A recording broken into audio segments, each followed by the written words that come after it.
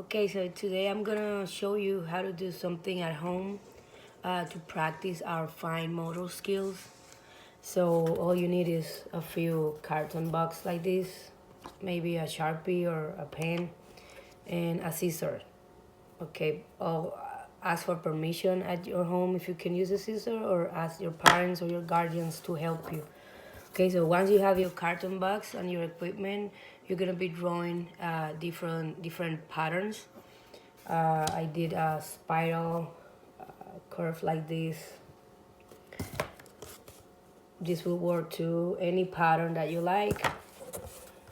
Okay, and the last one is the letter from your last name. Mine is M. So once you have done all your patterns, what I want you to do is cut it so you can only leave the middle empty. All right, so let's start cutting them first. If you don't have a scissor, ask your parents to help you with something like this.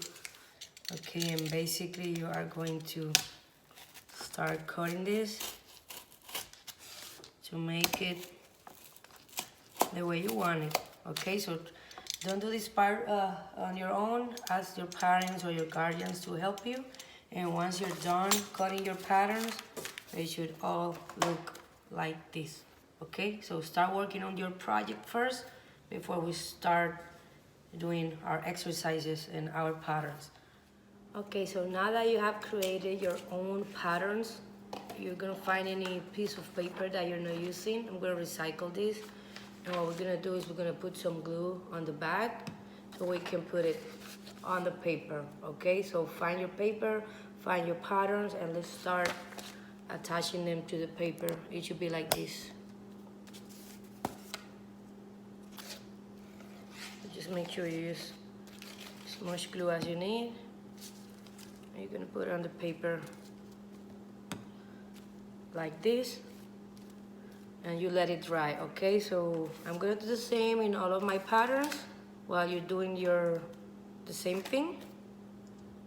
Okay, what I want you now to do is to find a pencil or any other thing you want to use to write, and we're gonna be practicing on fine motor skills using the pattern that we just created. Okay, as you can see, I used some tape and I place it on my door.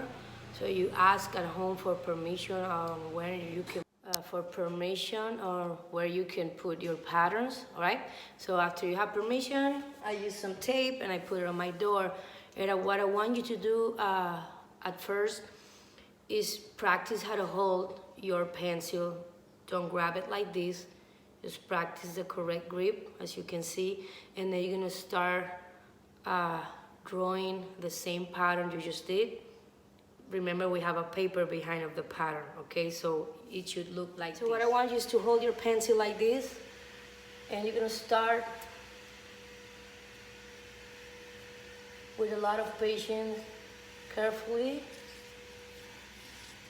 to follow the pattern. As you can see, I'm not rushing the way I'm drawing. I want you to do the same. In all of the patterns you did, I want you to practice slowly.